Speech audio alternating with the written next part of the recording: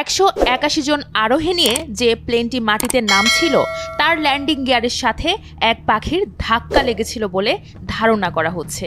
আর তাতেই ঘটে গেল দক্ষিণ কোরিয়ার অন্যতম ভয়াবহ এক বিমান দুর্ঘটনা।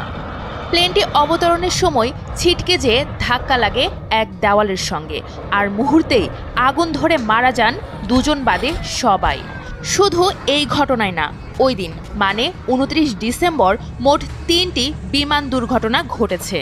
চলুন জেনে নিই 2024 সালে কতগুলো ভয়াবহ বিমান দুর্ঘটনা ঘটেছে, কী কারণে এই দুর্ঘটনাগুলো ঘটেছে এবং কতখানি ক্ষয়ক্ষতি হয়েছে। 2রা জানুয়ারি 2024 জাপান এয়ারলাইন্সের একটি বিমান 379 জন আরোহী নিয়ে অবতরণের সময় রানওয়েতে পার্ক করে রাখা একটি কোস্টগার্ড বিমানের সঙ্গে ধাক্কা লাগে।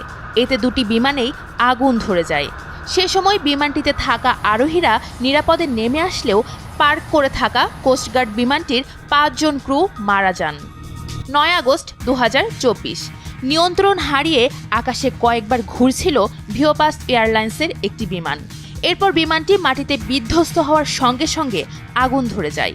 ব্রাজিলের ভিনহেডো শহরে 62 জন আরোহী নিয়ে বিধ্বস্ত হয় এই বিমান, যে ঘটনায় সবার মৃত্যু হয়।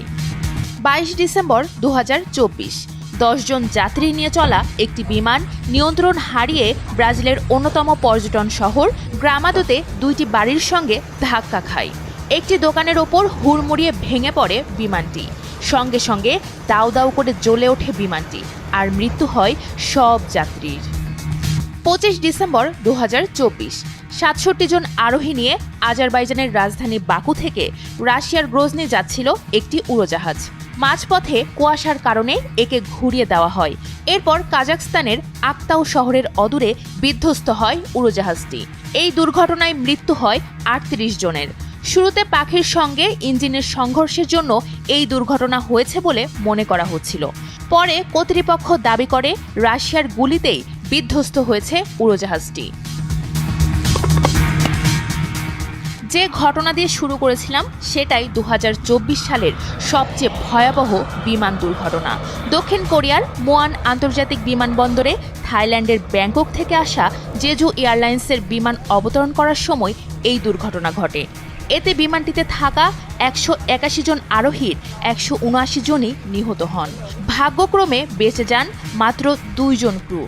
ধারণা করা হচ্ছে পাখির ধাক্কায় কিংবা খারাপ আবহাওয়ায় দুর্ঘটনায় পড়েছে বিমানটি। বিষয়টি এখনও তদন্ত করা হচ্ছে।